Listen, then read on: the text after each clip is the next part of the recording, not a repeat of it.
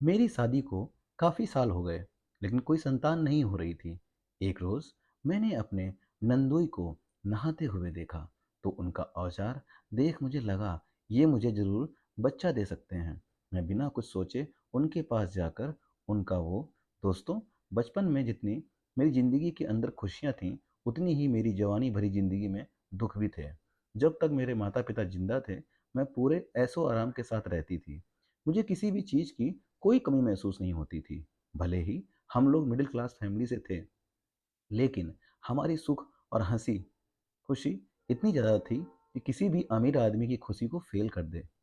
मेरे माँ पापा की मैं इकलौती संतान थी। इस वजह से उनका सारा प्यार सिर्फ मेरे लिए ही था।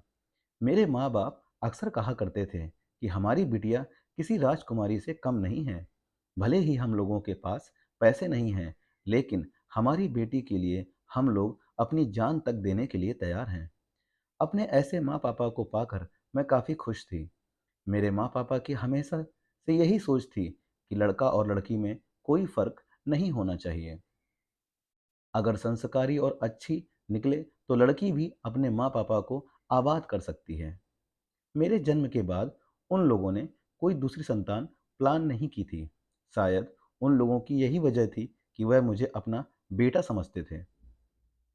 अक्सर मेरे दादाजी और दादी जी कहा करते थे कि एक लड़का तो होना ही चाहिए।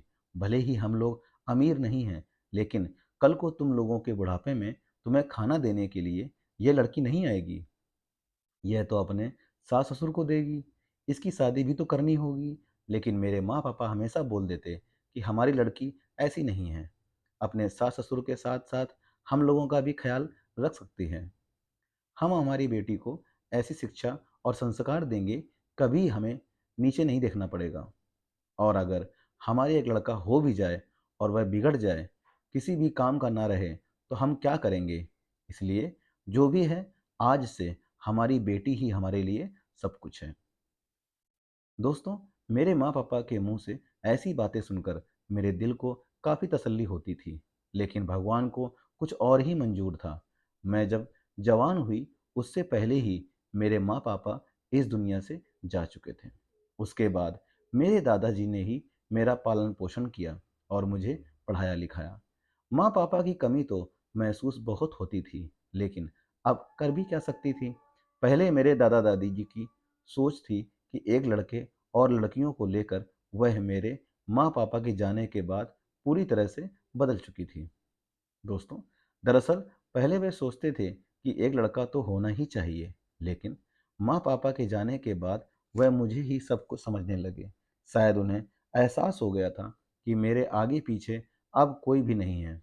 अगर लड़का और लड़की के अंदर वह लोग भेदभाव करेंगे, तो मेरे दिल को ठेस पहुंचेगी। इसलिए उन्होंने भी स्वीकार कर लिया कि हम हमारी पोती को इतनी ज़्यादा खुशियाँ और संस्कार देंगे कि जैसे इसके माता पिता चाहते थे, वैसा ही हो। अब उनके मुंह से मैंने एक बार भी ऐसा नहीं सुना था कि अगर काश लड़का होता तो कुछ अलग ही बात होती। लोग मुझे अपना समझकर मेरा पालन पोषण कर रहे थे। मैं जैसे जैसे जवान हो रही थी, मेरी शादी की उम्र हो रही थी।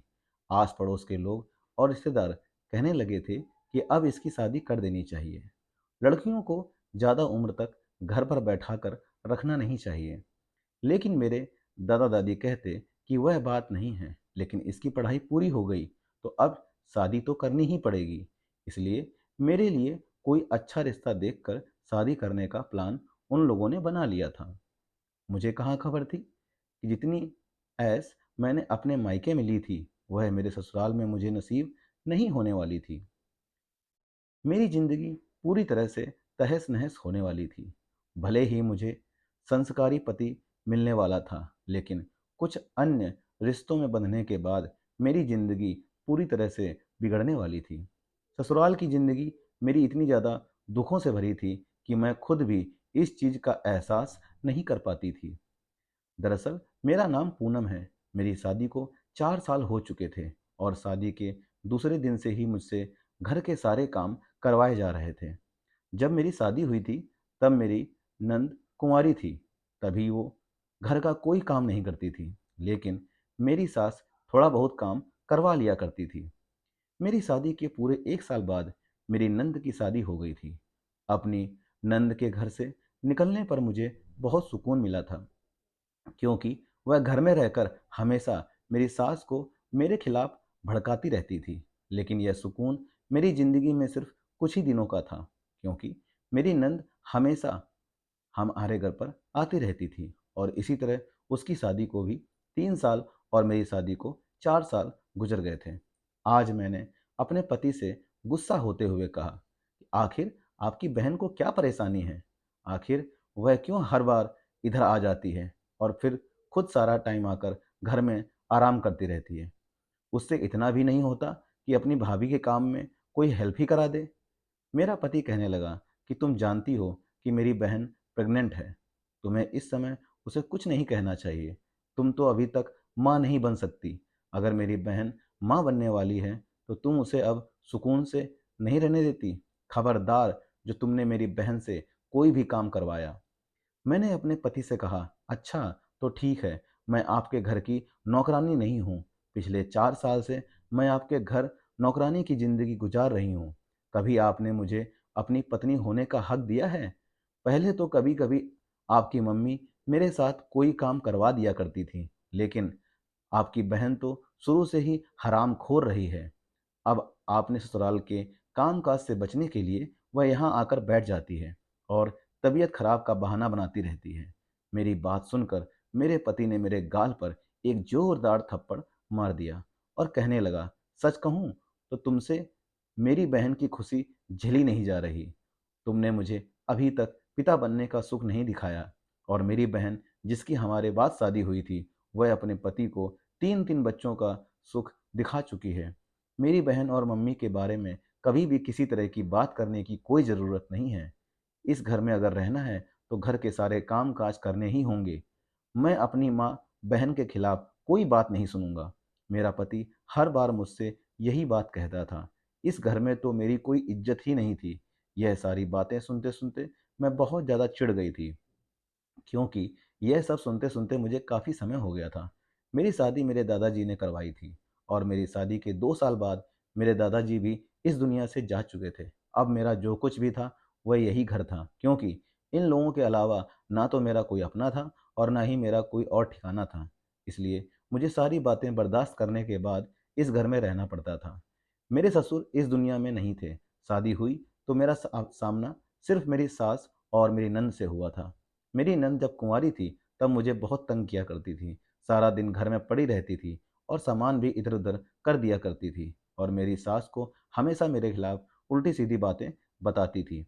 लेकिन मैं फिर भी सब कुछ बर्दाश्त करती थी और जब मेरी नंद का रिश्ता तय हुआ, तो मुझसे ज़्यादा खुशी शायद किसी और को नहीं हुई होगी, क्योंकि मुझे लगता था कि नंद के जाने के बाद मेरी ज़िंदगी ठीक हो जाएगी। मगर मुझे नहीं पता था कि जाने के बाद तो मेरी ज़िंदगी और ज़्यादा बेकार होने वाली है। मेरी नंद के अब 2 बच्चे हैं और तीसरा बच्चा को जन्म देने वाली है। पहले बच्चे के समय भी उसने सारा समय अपने मायके में गुजार दिया था। वह बहुत बड़ी वाली हरामखोर थी। अपने ससुराल में कोई काम-काज नहीं करना चाहती थी। मगर मेरी सास को तो ऐसा लगता था कि उनकी बेटी बहुत मेहनती है और अपने ससुराल वालों के साथ बड़ा अच्छा बिहेवियर करती है। उनको लगता था कि उनकी बहू गलत है और उनकी बेटी सही है। अपने दूसरे बेटे के समय भी मेरी नंद यहीं पर आई। मेरी नंद ऐसे तो अपने घर में खुश थी, क्योंकि उसने अपने पति को अपने पल्लू से बांध लिया था, लेकिन वह हमेशा अपनी सास की बुराइयां करती रहती थी। मुझे मेरा नंदोई बिल्कुल भी पसंद नहीं था और 1-2 बार तो मैंने दबी-दबी शब्दों में यह बात अपने नंद से कह भी दी थी कि तुम्हारे पति की नज़र मुझे अच्छी नहीं लगती। मेरी नंद ने इस बात पर बहुत हंगामा किया था और मेरे पति से मेरी शिकायत लगा दी थी, जिस पर मेरे पति ने मुझसे बहुत झगड़ा किया था। मैंने ऐसा इसलिए कहा था क्योंकि उसका पति जब भी हमारे घर में आता था, मुझे सर से लेकर पाँव तक ताड़ता रहता था। उसकी इस नज़र से मुझे चिढ़ होने लगी थी और मेरी नंद कहती थी कि आप मेरे पति पर गलत इल्ज़ाम लगाती हो। मेरा पति बहुत शरीफ है। मैं उससे बात पर कहती थी कि भगवान करे कि वह शरीफ ही निकले, क्योंकि तुम उसकी पत्नी हो और उसे मुझसे ज़्यादा समझती हो। लेकिन फिर भी ना जाने क्यों जब मेरी नंद का पति हमारे घर पर आता था, तो उसकी नज़रें मुझे बहुत अजीब लगती थीं। मैं कभी उसके सामने ज़्यादा आना भी नहीं चाहती थी, क्योंकि जिस तरह से वह मुझे देखता था और फिर जिस तरह से मेरे साथ हंसी मजाक करने की कोशिश करता था, वह मुझे बहुत अजीब लगता था। मेरी सास और पति ने मेरी नंद की शादी बड़े ही देखभाल करके की थी। मेरे पति के दोस्त ने उसको रिश्ता बताया था, इसलिए मेरे पति ने इस लड़के की शादी करने से पहले उसकी खूब अच्छी तरह से छानबीन निकाली थी। यह लड़का मेरी नंद के लिए हर हाल से अच्छा था, अच्छा खासा कमाता भी था, दो बहनों का इकलौता भाई था, और क्या चाहिए था। पता नहीं क्या बात थी कि मेरा नंदोई हमेशा मुझे अजीब अजीब से देखता था और मुझसे बात करने की कोशिश करता था। लेकिन जो भी था, मामला कुछ अच्छा नहीं लग रहा था। जैसे तैसे करके पूरा एक महीना होने के बाद मेरी नंद अपने घर चली गई थी, तो मैंने सुकून का सांस लिया था। अब मैं भगवान से प्रार्थना कर रही थी कि वह दोबारा यहाँ वापस ना आए, क्योंकि उसके आ जाने से मैं बहुत तंग गई थी। मेरी सास की तबीयत काफ़ी दिनों से ठीक नहीं चल रही थी और मेरा पति तो ऑफिस में ही रहता था। जब मेरी नंद हमारे घर पर नहीं होती थी, तो सुबह को अपना काम करने के बाद सारा दिन मैं फ्री रहती थी। बस मुझे रात का खाना बनाना होता था। एक दिन हमारे घर के दरवाजे पर दस्तक हुई। मैं जब दरवाज़ा खोलने गई, तो मैंने देखा मेरा नंदोई दरवाजे पर खड़ा हुआ था और कहने लगा, भाभी क्या मैं अंदर आ सकता हूँ? मैंने उसे अंदर आने के लिए रास्ता दिया और खुद पीछे हट गई। तो वो कहने लगा कि मैं यहाँ से गुजर रहा था, तो सोचा कि सासू माँ की तबीयत देख कर चलूँ। मैंने अपनी नंदोई जी से कहा, लेकिन मम्मी जी तो सो रही हैं। मेरा नंदोई कहने लगा, अच्छा तो फिर आप मुझे एक गिलास पानी पिला दीजिए, उसके बाद मैं अपने घर चलता हूँ। मैं किचन में अपने नंदोई के लिए पानी लेने चली गई थी। उसके बाद वह सोफे पर आकर बैठ गया। मैं पानी लेकर आई और मैंने उसे जैसे ही पानी का गिलास थमाया, तो उसने मेरा हाथ पकड़ लिया। मैं पीछे हटी और कहने लगी कि आप क्या कर रहे हो? वह बोला, मैं तो कुछ भी नहीं कर रहा भाभी, बस पानी का गिलास ही ले रहा हूँ। मुझे इंतजार था कि कब वह पानी का गिलास खत्म करे और यहाँ से जाए, लेकिन वह एक एक घूंट बड़ी आराम से पी रहा था। मुझे अपने नंदोई से डर लग रहा था, क्योंकि मेरी सास दवाई खाकर सो रही थी और मेरा पति भी घर में नहीं था। वह पानी पीते हुए मुझे बड़ी अजीब नज़रों से देख रहा था। उसने कहा, भाभी आप कितनी खूबसूरत हो, लेकिन आपके पति को आपकी अहमियत नहीं पता। कोई आपकी अहमियत मुझसे पूछे, तो मैं उसे आपकी तारीफ में कितनी ढेर सारी बातें बताऊं। उनकी बातें सुनकर मैं अचानक घबरा गई थी। मैंने कहा, क्या मतलब है आपका? मेरा नंदोई कहने लगा, कुछ नहीं, बस मेरी पत्नी भी हमेशा आपकी बुराइयां करती रहती है, लेकिन मुझे पता है कि आप कितनी तारीफ के लायक हो। अपने नंदोई की बातें मुझे बहुत बुरी लग रही थी। मैं उसे नज़र चुरा रही थी। पानी पीने के बाद वह हमारे घर से चला गया था। कुछ दिन इसी तरह से गुजर गए थे। मेरी नंद का बड़ा बेटा 1.5 साल का और छोटा बेटा 1 साल का हो चुका था। उसका यही रूटीन था कि वह हर 4-5 दिन बाद हमारे घर पर आ जाया करती थी और मेरा जीना दुश्वार कर दिया था। एक रोज मैं बाजार सब्जियां लेने के लिए गई, तो मेरी नज़र मेरे नंदोई पर पड़ी, जो पास ही की दुकान के पास खड़ा फोन पर किसी से बातें कर रहा था। मैं जब नज़दीक से निकली, तो मेरे कानों तक उनकी कुछ बातें पड़ी। मुझे थोड़ा अजीब सा लगा, शायद वह मेरा ही नाम ले रहे थे। मैं एकदम से घबरा गई कि मेरा नंदोई मेरा नाम लेकर किससे बातें कर रहा है। फिर मैंने वहीं पर छुप कर सब कुछ सुनने का प्लान बनाया। जब मैंने वहाँ पर छुप कर सुनने का प्लान बनाया, तो वो कह रहे थे कि मेरे साले साहब की पत्नी बहुत ज़्यादा दुखी है और जब उसके सामने मैं सच्चाई रख दूंगा, तो शायद वह इस नरक से निकल जाएगी। लेकिन मैं कैसे भी करके उनको सच्चाई बता नहीं पा रहा हूँ। मैं हर बार कोशिश करता हूँ, लेकिन वह मुझे गलत समझ लेती है। अब मेरे नंदोई की बातें मेरे समझ से बाहर हो रही थीं। ना जाने वह कौन सी सच्चाई की बातें कर रहा था। तभी उस समय मैंने उनसे कोई भी बात करना ज़रूरी नहीं समझा, क्योंकि उस सब्जी मंडी के अंदर हमारे ही गांव के काफ़ी रिलेटिव सब्जी लेने के लिए आते हैं। अगर यह बात मेरे पति के कानों तक पहुंच जाती कि मैं बीच चौराहे पर खड़े होकर अपने नंदोई से बातें कर रही हूँ, तो भला वो मेरे ऊपर ही उछलने लगते और कहते कि तू तो अपने नंदोई से नफरत करती है, अक्सर कहती रहती है कि वह गंदी निगाहों से तुम्हें देखते हैं, और आज खुद ही तुम उनके साथ बातें कर रही थी। इसलिए मैं चुपचाप वहां से सब्जी लेकर घर पर आ गई। लेकिन मेरे दिमाग में तो सिर्फ यही चल रहा था कि आखिर मेरा नंदोई किस सच्चाई के बारे में बात कर रहा है। तभी एक रोज मेरी सास बाहर गई हुई थी और नंद अपने ससुराल में थी और मेरे पति ऑफिस जा चुके थे।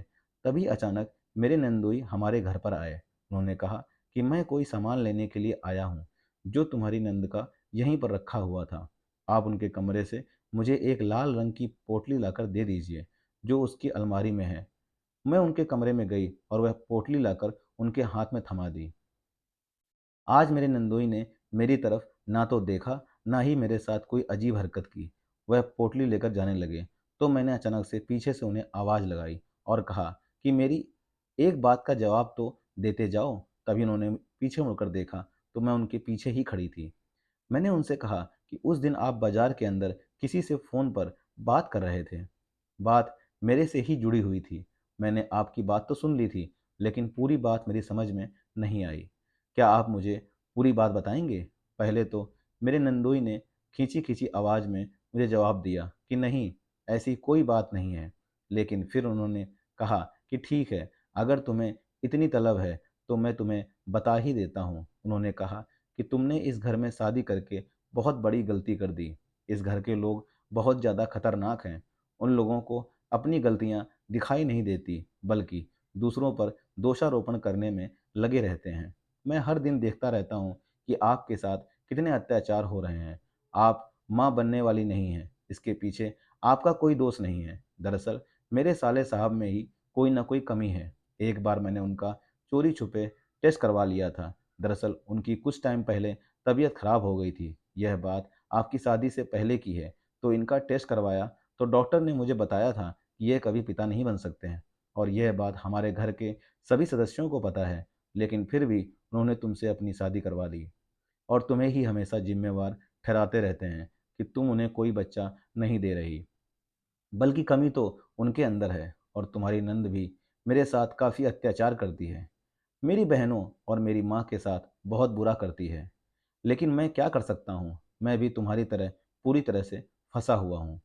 लेकिन मैं चाहता हूँ कि तुम इस नरक से निकल जाओ। इसलिए मैं आए दिन तुम्हें यह बताने की कोशिश करता था कि अगर तुम इसी घर में रही, तो तुम्हारी ज़िंदगी नरक बन जाएगी।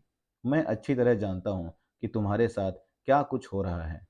पूरे घर का काम करती हो, लेकिन फिर भी तुम्हें कहीं न कहीं से कोई शाबाशी नहीं मिलती। सब लोग बस तुम पर दोषारोपण करते रहते हैं। कोई तुम्हें नहीं समझता। मुझे तुम्हारी यह सब हालत देखकर बहुत बुरा लगता था। इसीलिए मैं तरस भरी निगाहों से तुम्हारी तरफ देखता था।